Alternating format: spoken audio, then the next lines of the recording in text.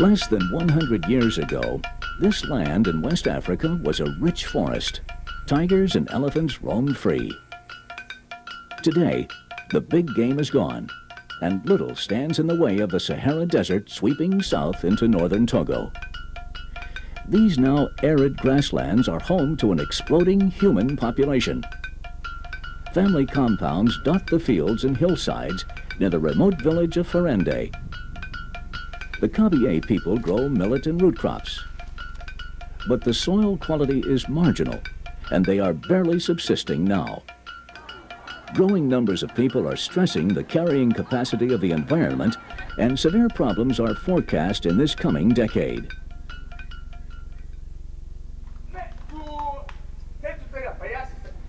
These children are fortunate because their village of Ferende is participating in an experiment to grow a new food. This project design won the prestigious 1987 European Award for Appropriate Environmental Technology, sponsored by the United Nations Environmental Program. The village is growing spirulina, a productivity breakthrough that yields more protein on less land and water than any other crop. It's an environmentally sound green food machine. This microscopic algae, the richest protein and vitamin food in the world, is harvested and dried as a nutritious food supplement. At Ferende's health clinic, undernourished children have first priority to take spirulina. 1 tablespoon a day brings remarkable recovery from malnutrition.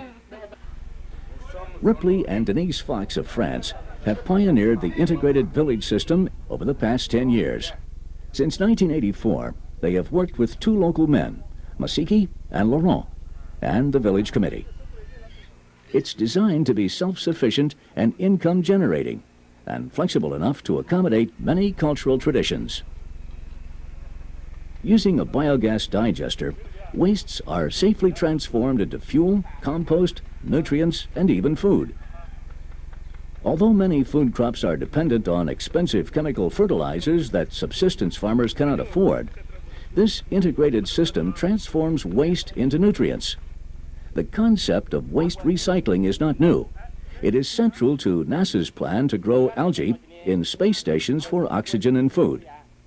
In third world villages, human and animal wastes are major pollutants, transmitting disease and intestinal parasites. Family composting latrines help eliminate the source of parasites that consume up to 30% of the food eaten by people. Since the introduction of family latrines in Ferende, the people noticed even their chickens became healthier. Each Saturday, thousands of people come to Ferende's central market. Both women and men use the community latrines that are the first part of the integrated system. Laurent adds leaves from fast-growing leucaena trees to the latrine waste for extra plant matter. Animal manure is useful too. All this flows into the biogas digester. Solar heat ferments and breaks it down into biogas, liquid, and solid portions. Biogas, composed of methane and carbon dioxide, is collected in the gas holder. Methane is piped to the health clinic for cooking and sterilizing instruments. Carbon dioxide, the main nutrient for spirulina, is added to the basin water. The liquid effluent can make a superior compost that can be sold to farmers to increase soil fertility. The water contains nitrogen and minerals for the spirulina. In the morning, Masiki and Laurent filter it through sand beds, filling the solar sterilizer. Inside these black pipes, the water will be sterilized at over 80 degrees centigrade for 5 hours. 93 degrees centigrade. That means it's nearly boiling water. That means if there are any parasites left coming from the sand filter, they're destroyed, passing through the sterilizer, and we're not going to contaminate the algae basin. The next morning, the cooled water is added to the basin. Solar panels charge truck batteries that turn the paddle wheels, promoting spirulina growth. Spirulina is grown on regular chemical nutrients in this 25 square meter basin. This tiny area can provide a tablespoon of spirulina for over 25 children every day of the year. When a paddle wheel motor stops, the growth rate slows down, so it's critical to repair it as soon as possible. Next to the largest basin is a fish pond, soon to be filled with water. The fish will feed on live spirulina and become another source of food and income. Spirulina is quality controlled in the health clinic laboratory.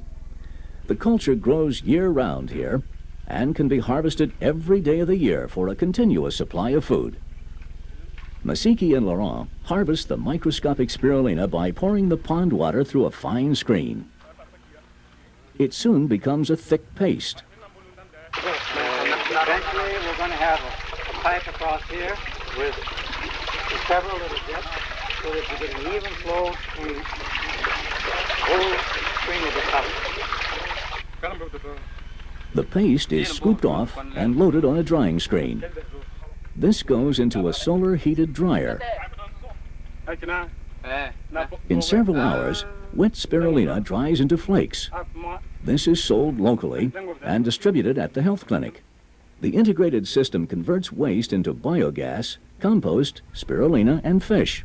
It helps restore the environment and creates economic opportunity for third-world communities.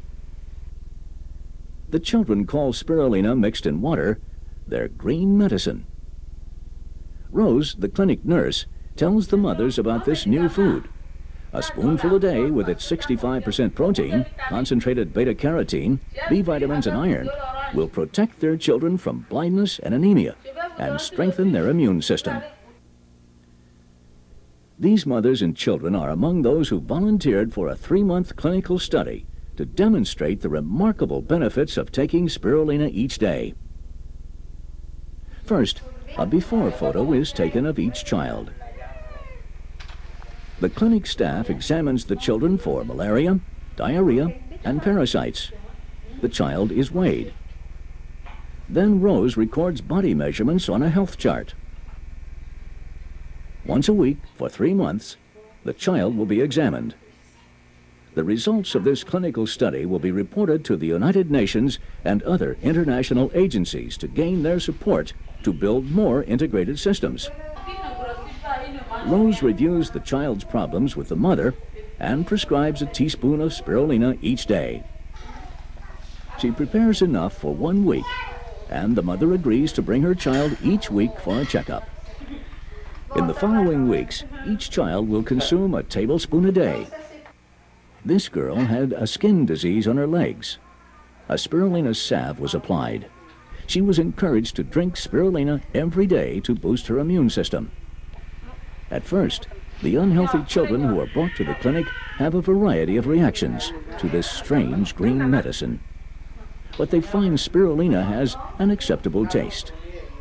Soon they drink it easily every day and usually begin gaining weight in the first week. These are some of the fortunate mothers and children who have come from miles around to take advantage of the spirulina nutrition program.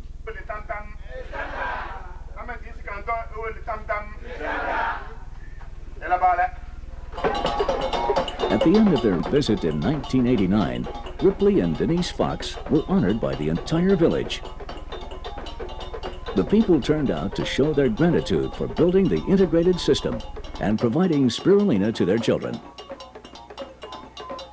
The integrated village system has been sponsored by churches, communities, corporations, and international agencies in Europe, America, and Japan. But above all, it is the enthusiasm, the participation, and the training of the village people that will ensure success. Growing spirulina can augment the food supply, not by clearing the disappearing rainforests, but by cultivating the expanding deserts. The integrated village system turns waste into resources, resources into food, and creates economic opportunity. It represents a new model we need.